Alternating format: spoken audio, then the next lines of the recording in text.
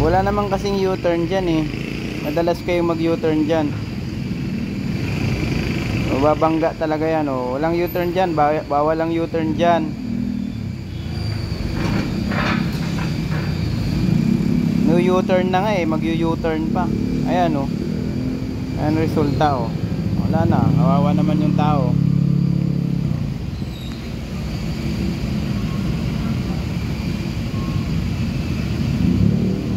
Ano na yan? Papagamot.